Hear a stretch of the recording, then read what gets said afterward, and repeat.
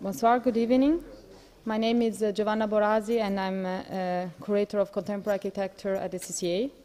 Je vous souhaite la bienvenue à cette soirée organisée dans le cadre de l'exposition qu'on a ouverte cette semaine, Perspective de vie à Londres et à Tokyo, imaginée par Stephen Taylor et Ryo Nishizawa.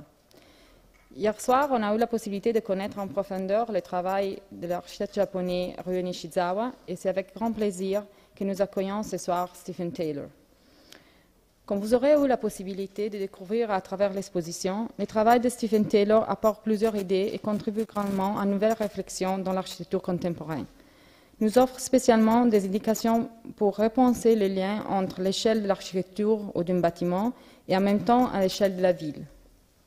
Regardant ces projets, le plusieurs développés dans la ville de Londres, on trouve une très grande qualité spatiale dans le bâtiment même, mais on découvre aussi la volonté d'introduire les projets toujours en relation avec le contexte existant, avec une profonde compréhension de la complexité urbaine.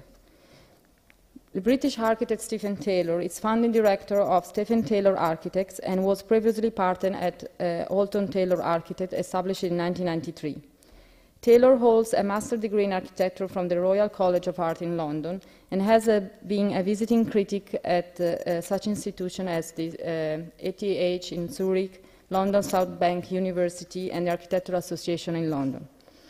He is a consultant to the London Development Agency as a member of the Design Advisor Panel. Taylor's work has been featured in exhibitions at the Architectural Foundation at the Royal Institute for British Architecture in London, and at the National Museum of Scotland in Edinburgh, among others. Some ideas on living in Tokyo and in London and Tokyo at the CCA marks the first presentation of his works in North America. La conférence de Stephen Taylor va être en anglais.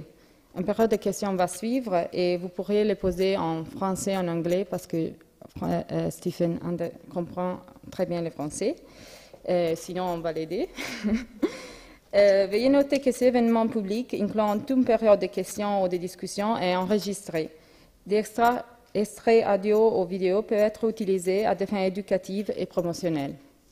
I would like also to apologize because some of the quality of the drawings in the presentation is our fault. They don't respect exactly the quality of the drawing as they were designed, but you could see them, at least some of them in the exhibition. So please join me in welcoming Stephen Taylor.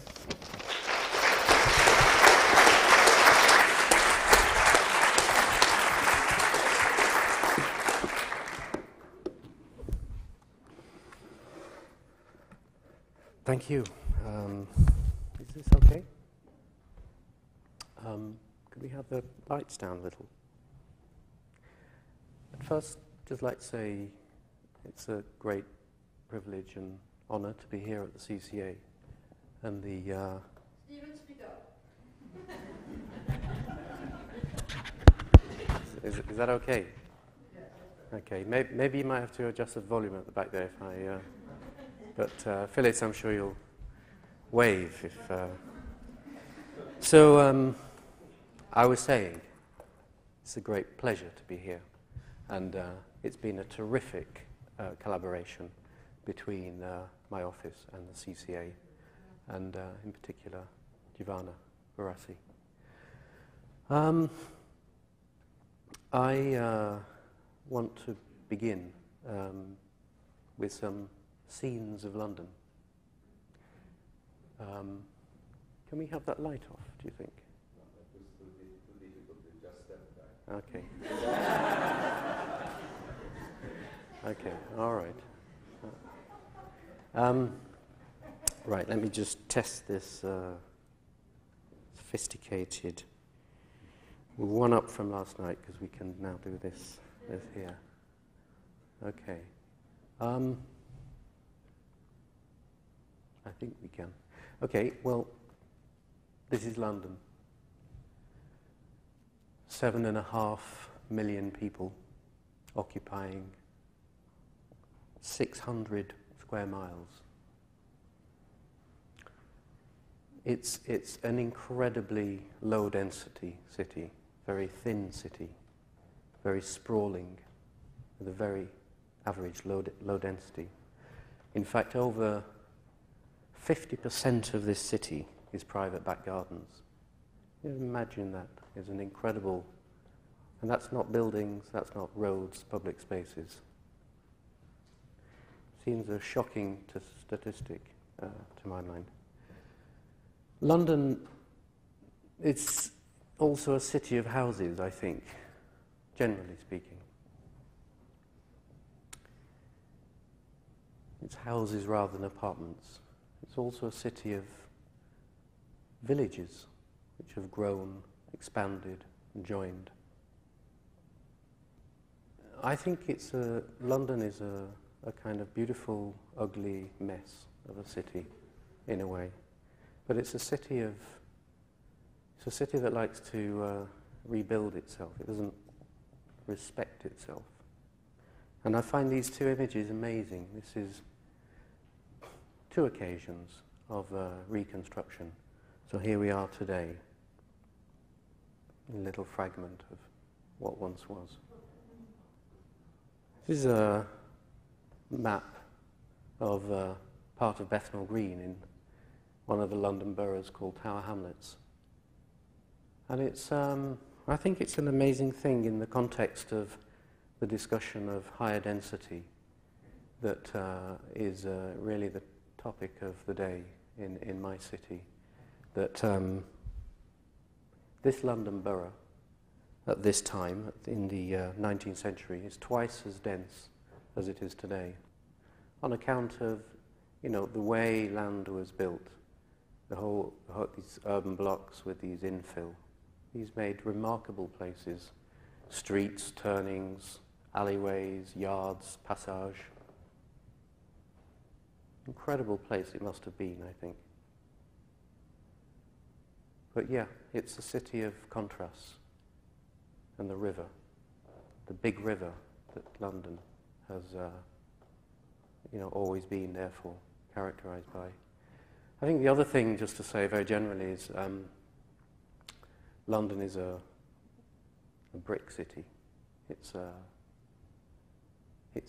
clay city on account of the vast fields of clay upon which it sits. And this is something very strong, very, very particular, I think. And I think the other thing about London is the character of and the texture of the facades of the city of London. In part, on account of the Sash Window. I'll just pop back to this. It's something familiar now to all of us. But, this is a London invention, the Sash Window. And it's an amazing thing.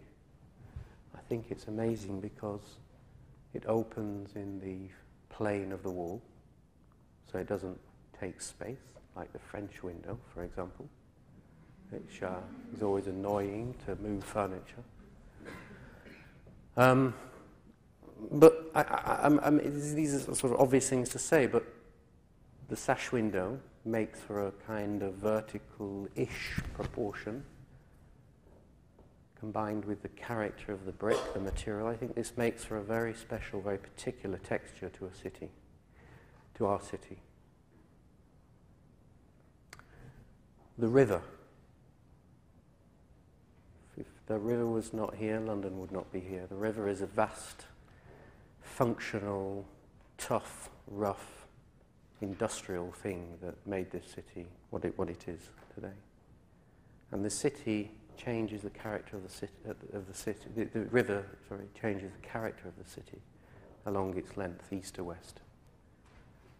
And the further east we go, and we're going to go east tonight, the bigger this river gets, and the bigger the space of this river. And the things that occupy this river are amazing, like this incredible Ford car plant, still functioning in part of Dagenham. It's the Ford motor car factory on the river, and kind of incredible invention. Here was this sort of office building on the river with the view, and then behind this huge great monster of a factory where the cars were made, and then they come along like this, like that, and then get picked up by the ships and off they go. Fantastic thing, really. Anyway, this is not a lecture about London, but I just wanted to sow the seeds of some of our sentiments about this city. Always cheek by jowl, industry and housing, the river. These things are very entwined. No shame about the, presence of the chimney or the factory. These things work very well together. So, today, a lot of this industry is going or gone, and in its wake are left huge tracts of land, such as this one. And we can just see, bits of the new city over here, the dome, the old gasworks, but huge tracts of land. So this is relevant to some of the work that my studio is engaged with, which I will now talk about. But just to orientate us, for those of you who've been to London, Tower Bridge is over here, the last quaint thing on the river. And then it starts to become these rough and tough things. The Docklands over here, and then out to the Thames estuary. It's been given the name the Thames Gateway as a development entity. And the Thames Gateway is described by this tone up here on this drawing. This is the envelope of Greater London. And a lot of our work features in this village here, one of London's villages, Rainham Village. I'll talk about that. And Rainham Village is part of a whole development chunk called London Riverside, which is a part of this massive Thames Gateway zone for change and development. And this is where London's housing crisis is expected to be resolved and approached. So the first project I wanted to speak about is in Rainham, and it sits within a master plan that we've been for 2 years developing and are still nurturing, and master plans need nurturing. They never finish because they're never fixed. You're always having to negotiate things coming along. And we've been looking at this particular site within the master plan. I'll talk about the master plan later, but some features of it consist of this road here called Broadway. This is a high street.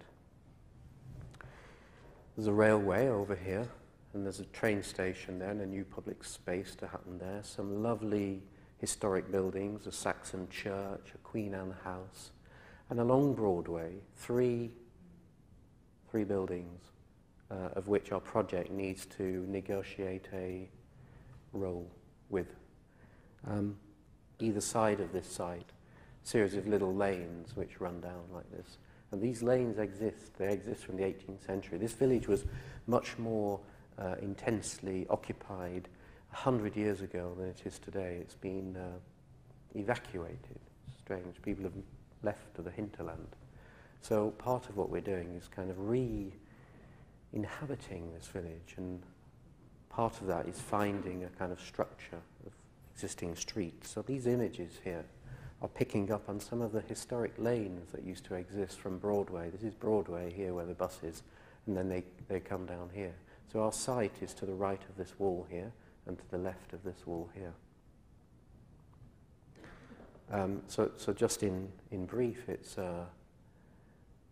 here we are, here's the railway, here's Broadway, here's the Saxon church, and then numbers 9, 12 and 14 are these buildings here, that one, and that one. And they're nice buildings. They're sort of buildings to respect and keep and work with. And so part of our project is to consider what we must do here at the head of our site. This is our site. And to consider what we must do at the head of the site in terms of it being part of a sequence of these chunky, tough old houses. In fact, they're all pubs, strangely. But one of our ideas is about a second little passageway that will snake through the site and link up with a new street at the end. All this is new proposed development, by the way. The project is a study of house typologies in part, and this project proposes an extreme density of houses, two house typologies. There's this one here, which in fact is paired. It's a pair of houses, but it's essentially mirrored, so it's one. And then there's a courtyard house, which is this one here, organised around this little courtyard. So these ones here, they get this tiny little yard at the back, which I'll show you in more detail later. And then this one gets this larger courtyard. This is, we call this project front house, back house, and that's on account of it having houses on the front, on the streets, on those existing cobble streets that we saw, and houses off the Ginnel, this passageway that cuts through the back here. The kitchen element in the plan steps in from the passageway and they alternate, so the passageway runs through, but a small piece of private space belonging to the house, but offering a kind of gesture of community to the passageway is offered up as part of the entrance sequence. Here's the entrance into that house with a side entrance straight into the kitchen. I'll describe this one in another project in a moment, which we've followed. These houses are, let's flick back, flat-fronted, tight up against the street, no front gardens, no front yard.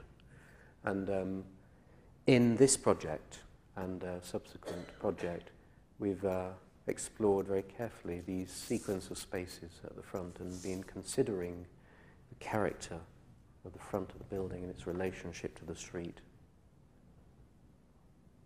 Here's a moment that we like in some adjacent houses, where the step is a kind of mediator between the public realm of the street and the line boundary of the private realm of the house itself.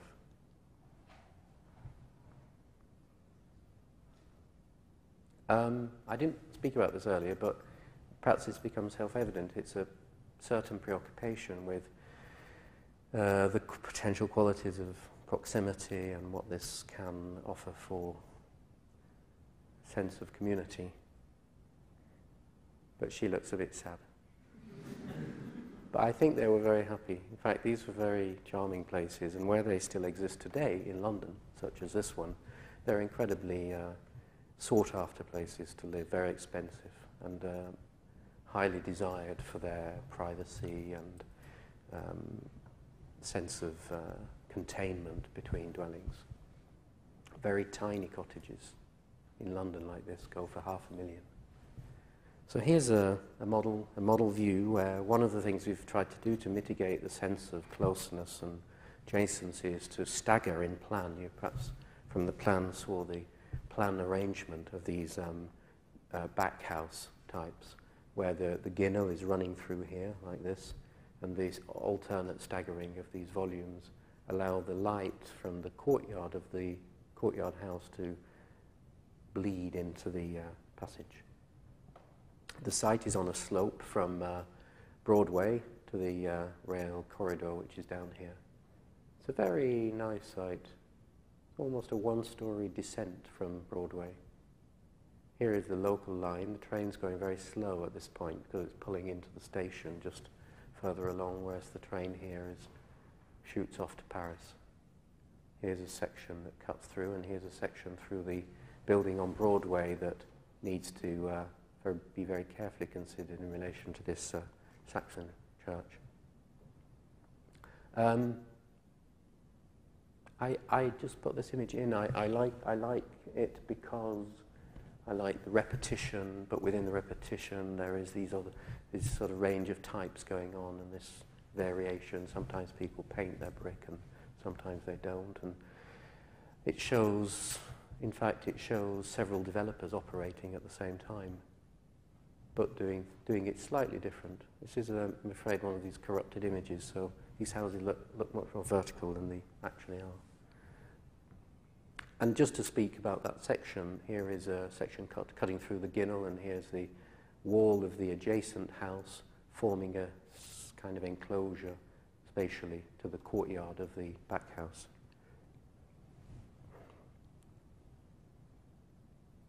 We had the opportunity to develop 3 of these front house type houses in our project for Charn Street, three small houses on Charn Street. And I'll show you some of the spaces that we explored in this house. But first, we were at this time researching and studying some of the very wonderful small house topologies that existed in this neighborhood in the 18th century, obviously dominated by the chimney element at this time, but incredible invention in the use and placing of the staircase. And that would be one of the issues in these houses, because they're very, very small, 3.9 meters from party wall to party wall. It's partly why we developed this pairing of these. But just to run through, there's a porch on the street, there's a screen which is perforate, here we have it, moves into a lobby, and the stair shoots up very quickly and gets to the back of the plan. A washroom, part of the demand and requirement today for lifetime homes, we call it in the UK. It's the idea that you can, your home is not something you occupy perhaps for a 5-year period, but has the flexibility of use to change over time. So such a space as this might, during one stage of your life, be a living room. At another time it might be a workspace that you might employ a couple of people, or work here from home, or whatever. And at another stage in life it might become a bedroom. Another moment it might be a bedsit for your son, or whatever. But flexibility and shifting use over time is a theme of a policy we have in the UK, which is, as I say, it's called lifetime homes.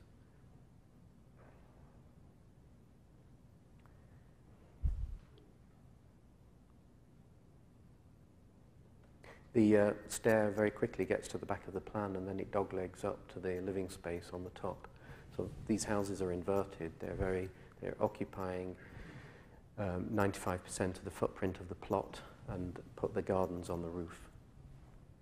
The courtyard is carefully constructed to grab space and light into the dwellings. So on the ground floor it's a very tight space, but the glazing around this courtyard dissolves in its entirety. It folds back, and during the warm days the space becomes part of the living room. And on the first floor, the tiny study bedroom has a large window, which is in fact this one up here, which completely opens back and allows that room to breathe and to grab the space which is out there. Spatially speaking, it makes it feel like it's part of the room, albeit a very small room. I'll just quickly digress. As we were looking at these houses from the 18th century, we were very preoccupied by the sheer simplicity of construction, the cheapness of doing things, which would be an issue for our client, and making happen projects like this. Enjoyed really the very simple means of construction, this timber cladding, these simple timber stairs, and we sought to develop something like this. And this particular stair is laser cut out of single sheets and then assembled on site as a sort of kit. It's made from a product called tri-ply. The Austrians use it a lot. It's like a kind of big model.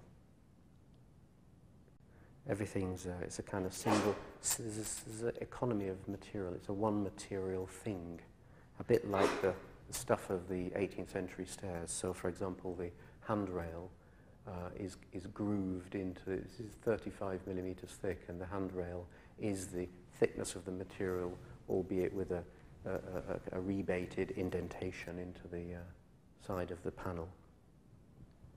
And some views looking up into the courtyard space and up to the living space on the top.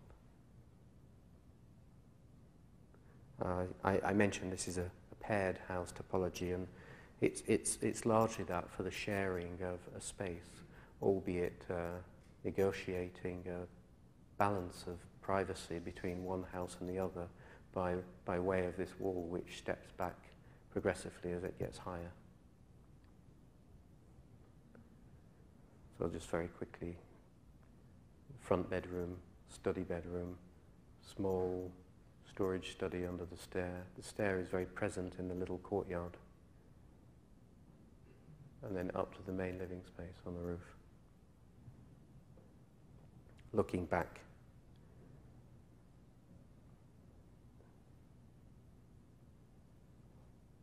I'm very concerned that, it's not a kind of one-off. It's not a kind of iconic, singular gesture. It's part of an urban block, albeit messy and funny and strange. But this brickness of London is part of our project, and our project is part of the brickness of this urban block, albeit slightly different height, slightly different configuration of windows, but generally form part of a pattern of the city.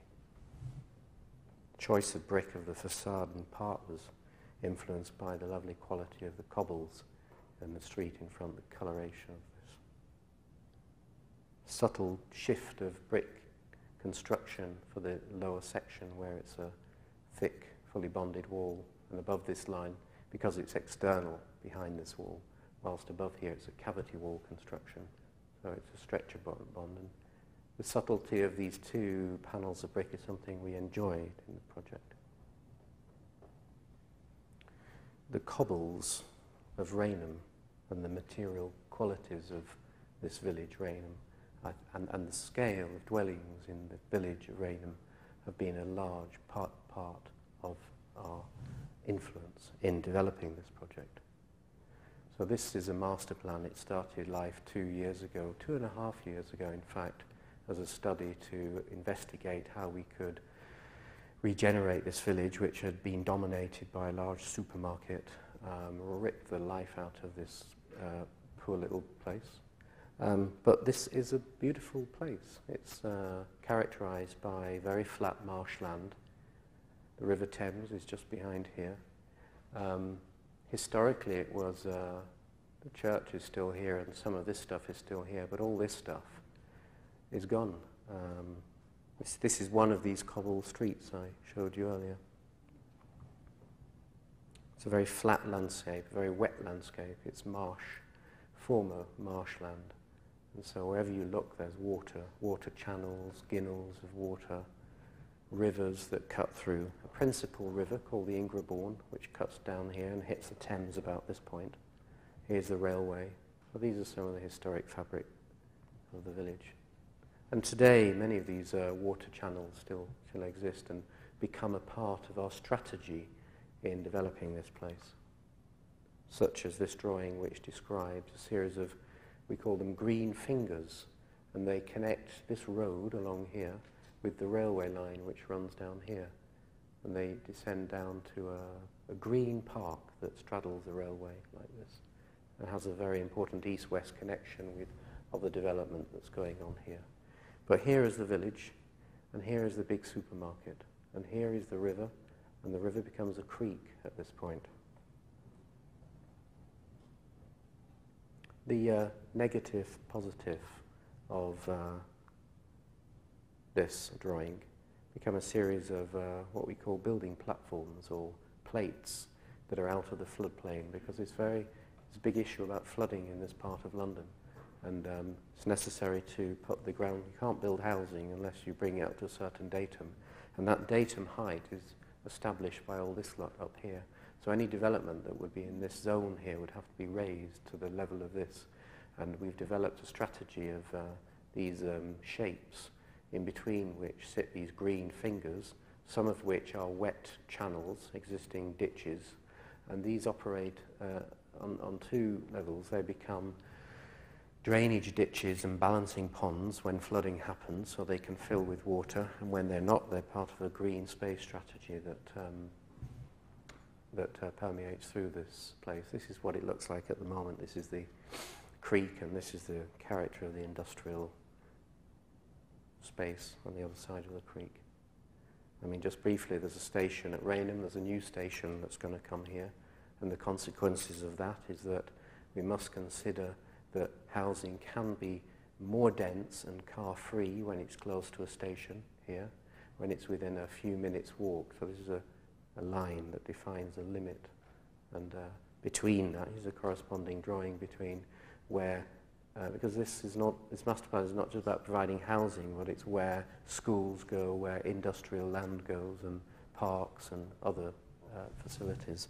And these analytical drawings suggest hotspots for high-density housing close to station transport nodes, whilst away from that there's less housing and more industry.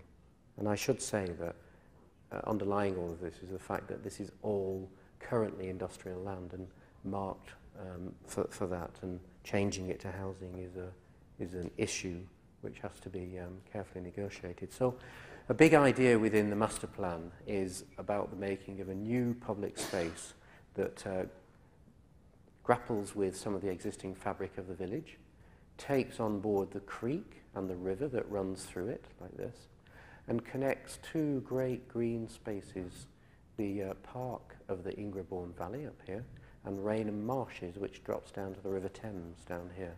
So the village is a very strategically placed, well-placed village in relation to big green spaces of London. And just in summary, here's the big bad supermarket that sits up here, built in the 80s, really torn the life out of this. All the shops are dying, can't kind of survive, can't compete. It's big car park, kind of people drive in and they drive out. They just don't come here anymore. But one of our strategies is to wrap the supermarket. At the moment it puts its back on the creek and its front on the car park. It's a kind of 100 projects in one. So the big project is the space of the creek. It's marked out by these taller elements over here. It's edged by wrapping of the supermarket, edged by a part of this development, and edged here by part of this development. Here is a project I spoke of earlier.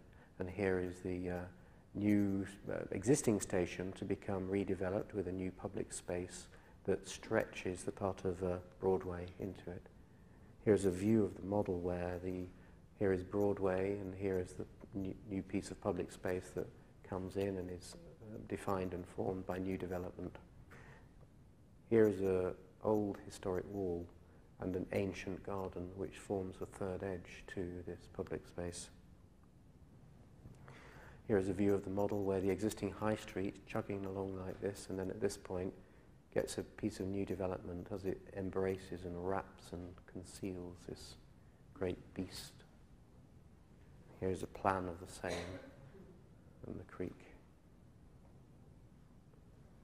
I'm not going to dwell on this because I realise I have only 40 minutes. I'm halfway through, so I'm going to speed up, and just to say that here is a very important piece of development within the heart of the village, and here's one of these building platforms which is defined. The space that's not yellow is calculated to consume the expected flooding should it occur. These are some things we enjoyed and have been looking at, and East London is full of this stuff. Wonderful three-storey. Three-storey is good because, you know, for the market of family housing, it's once you go to 4, it's too big, and get into different issues of fire regs. But 3 stories with street widths of 10 metres make for very elegant and lovely streets, I think. And something of the spirit of this scale of development is what we had in mind when we were laying out this part of Rainham Village. It's called Dover's Corner.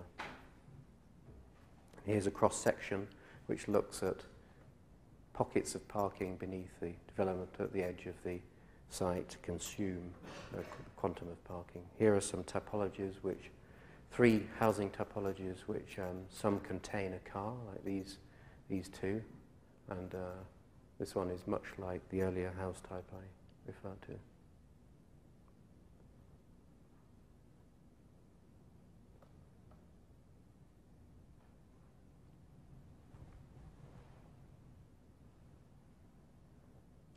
This project is on the other side of London, in fact, just on really on the outskirts. It's called Craddock Cottages.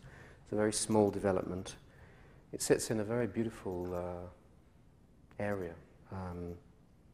The site is characterized by this sort of stuff. These brick and clay tile, small-scale dwellings with very close proximities, very organically evolved. Our client bought this site here, and it happens to sit on the edge of a settlement zone, and as such, policy tells us we can develop it. In fact, it positively encourages us to infill and thicken up the fabric of the village to provide more housing, providing it's done in a kind of respectful, urban, architectural way. So in fact the project is this existing house and then the piece of land which puts two new houses on the site over here, and kind of follows a pattern of idea in this existing house. It's an L shape with a little courtyard at the rear. Here we have one house and here we have another house, and the yard here belongs to this house and the yard here belongs to this house. This is a bigger one, of course. 2-story, 2 and 3 bedroom houses. I was describing the material quality and character made from brick, and one of the things we've been exploring is the use of extending the texture and material condition of these existing houses into all elements. So there's an intoxicating completeness somehow about the use of this same material, and in our project here it's using them to make the sills, which essentially the sills and the lintels of windows are made from the same stuff as the houses themselves, crushed and pressed into trays and poured, and they acquire a kind of consistency. A single material project. How am I doing for time? Am I liking? Okay. This project is in Shoreditch. It's in a rough and tough gritty part of East London. It's thank you. Occupies this site within this urban block. It's a mixed-use building. Here's a view. It provides commercial space on the ground and in the basement. It provides a live space or work space on the first floor and a house on the top. So it's really a kind of a mixed-use building split horizontally. And it follows and is inspired by something of the spirit of these streets, which is a former industrial neighborhood. Very extreme, 7 meters wide, and sometimes 6 stories high, down here. This is a condition of some of the adjacent buildings. The use of the massive windows, these great sash windows. Very strong vertical sense and construction. But our project is, unequal on levels. As I said, this is a house up here, and this is a single space that could be a studio or workroom with 3 equal marching windows. So it's a one-room space, whilst up here is the bedroom level of the dwelling. So these are 2 of the 3 bedrooms part of this dwelling. And down here is the entrance to the dwelling and the studio space, with this great tough door, which somehow more psychological than reality.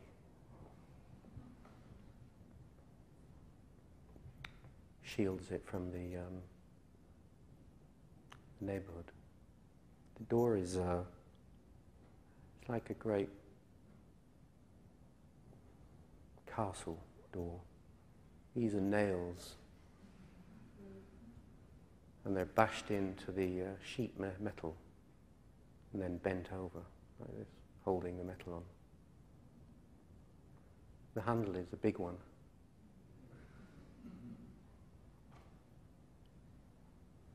This is, tantalizingly lovely for me, this proximity of closeness between this huge windows of the buildings opposite, and you really are on show. Your only option is to close them up, but you don't want to close them up most of the time. You want to be there. Not if it's a bedroom at night, but you want to. Feels good to stand by these windows and feel this wonderful street. Say hello to your neighbours. There's an idea in the stair as it winds up. Here's the entrance.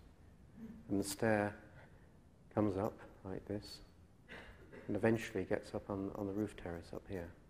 That's looking up this light shaft. It's a light shaft. This is west over here.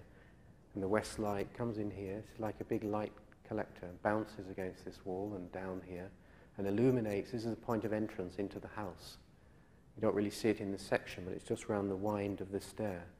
So when the sun's out and it's setting about 5 o'clock in the summer, you get this lovely bounce of orange glow to mark that entrance in what is a very otherwise dark part of the plan.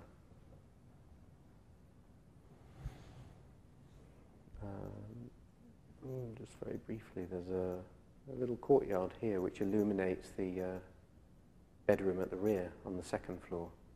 Tiny little courtyard which sits at the end of this timber hall, this wooden space which is in the heart of the house. So this is the point where you enter the house. So these floors here are the house and these are work spaces.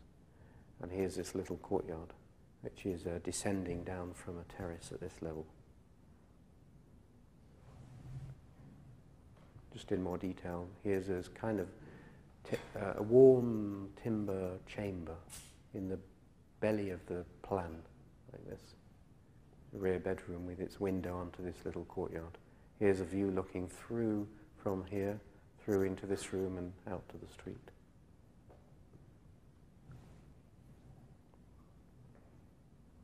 There is a handrail on this stair now. We got told off for that.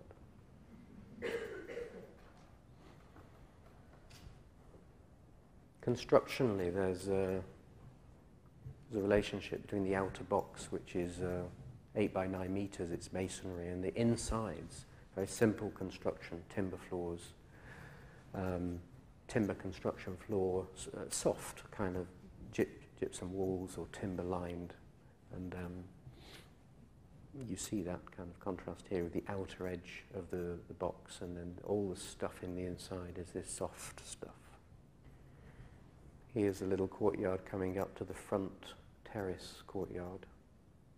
And I didn't really explain, but the facade of this building, I mean, it's really a frame, apart from these panels here, these panels of brick, which sit within the frame. And we didn't like the heaviness of it, but we didn't want them to be totally transparent. So we again wanted to use a single material to bring some lightness and transparency to these screens by omitting every other brick header in the wall. And in the back corner of the plan is another moment to bring light in. It's about bringing light where we can. It's a building only with one facade and a roof. The facade belongs to the city, but the roof belongs to the house. And this back corner down here is east, and so it offers a very nice morning light into the top floor of the plan.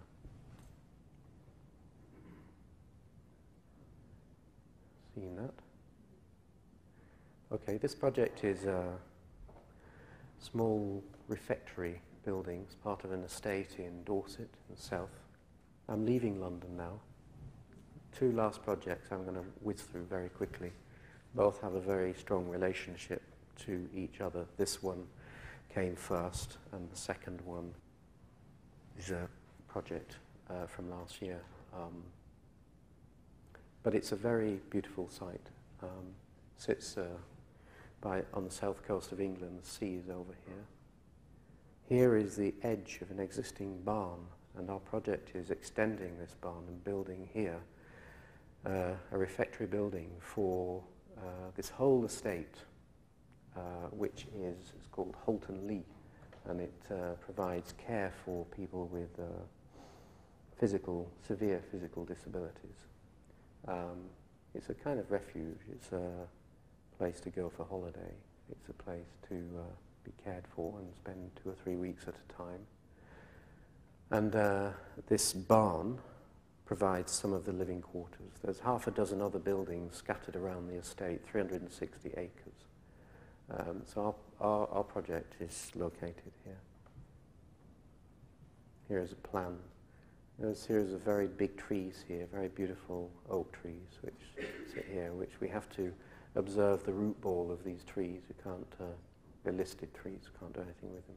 There's a very nice formation of trees here, very nice view out towards the sea over here. Here is the existing barn. Here is the entrance to this accommodation building and this refectory building. This will be a combined entity. Here is an existing farmhouse. Here is a new building by the architect Tony Fretton, and here is the approach which comes in from the main public street, which is way down there. It's a building in a landscape, and it's a building very much cut into the ground. It's not really a building at all. In fact, it's really a piece of landscape. And there's a sense of, there's two very strong experiences. There's a very strong sense of being in the ground, in the world of the roots of the trees. I should say the roots of the trees here have a very strong, visible, physical presence in the ground. And this is something that inspired us. The idea of digging down in close proximity to them presents this kind of feeling of comfort and security with your back against this earth wall. And then the other is then looking out to this wonderful landscape via these large windows and a small courtyard space created here between the barn and the...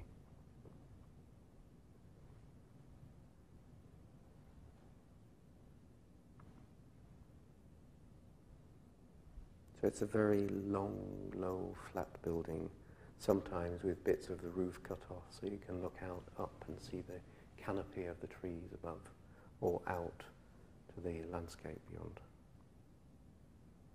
Here's a view of the model without the roof. The roots of the trees, part of the project.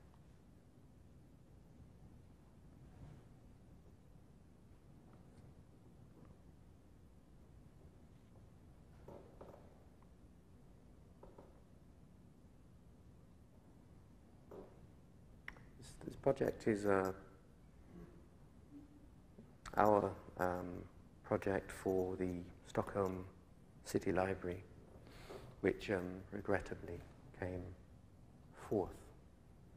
And it's, for those of you who don't know about it, if you're an architect, you've probably heard of Gunnar Asplund, who built this fantastic library here, and sits at the edge of this great big park, and the park is a hill with an observatory on the hill. Here is the city block and the streets. Here is a tube station. And the competition asked to extend the library, and in fact they've been thinking of doing this for years, and they were so up in arms that anything sitting in close proximity to this masterpiece that the project stalled for many, many years. Anyway, about a year ago, they launched this competition. It was a two-stage competition, and the project was to find a way of adding 3 times as much space to the site adjacent to it without, shall we say, damaging the setting, or finding a way that's agreeable to make a new building that sits next to this. So we had this idea These were some things we were enjoying at the time, looking at, you know, Gaudi's wonderful Park Güell and Milan, of course, the cathedral roof, wonderfully inhabitable. You know, the sense of stone and being able to occupy a surface. We called it blanket. It's a kind of blanket, this project. It's a blanket because it's, in a sense, taking the landscape of the hill and pulling it over and digging out, excavating, and creating a space under and below. It's a complex project. This is a specific site boundary here. Here it meets the city, over there, and here it meets the landscape. And here it finds a very tricky way of connecting into this via various devices that have to negotiate this far too high, for our liking, subway, which runs under here. So it's very, very tricky to, you know, we couldn't really dig down because we'd hit this, so having to kind of straddle it and then go down quick and then get through. Essentially, it's the concept is it's like yeah, it's a kind of, in some ways, like a great piece of earth that's been ripped up and it's created this great canyon of spaces underneath. I'll come back to these images in a moment. Oops.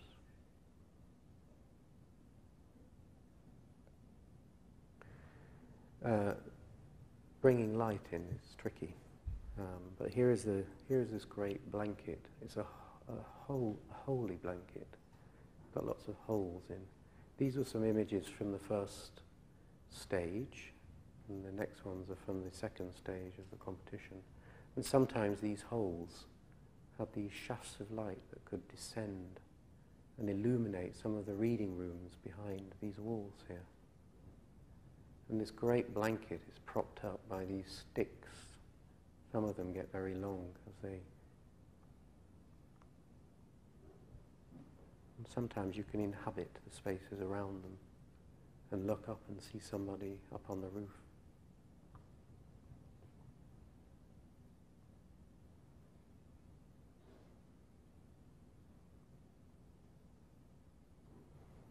There's two ideas about circulating through this building. I meant to put those images earlier. You can, two routes. You can pass up through this building. There's a public route that passes through, and you can pass over this building.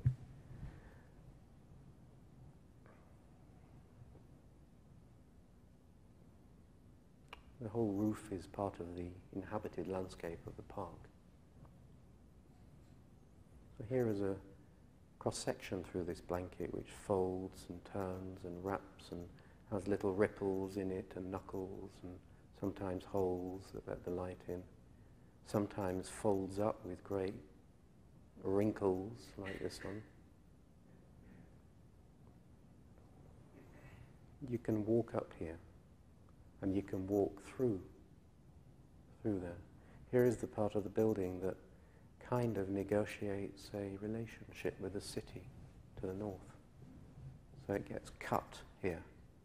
So this great blanket sort of folds down and folds up and wraps and drops and then becomes a sheer wall here as it finds a happy relationship with these existing buildings.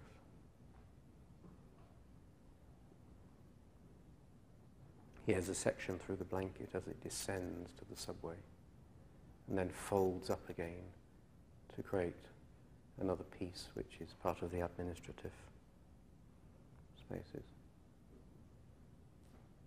And some of the circulation diagrams we prepared to show how this complex connection could take place negotiating the subway, and up in, here's a little intervention in the existing library we dared make the connection. The route over the top and the route through the spaces.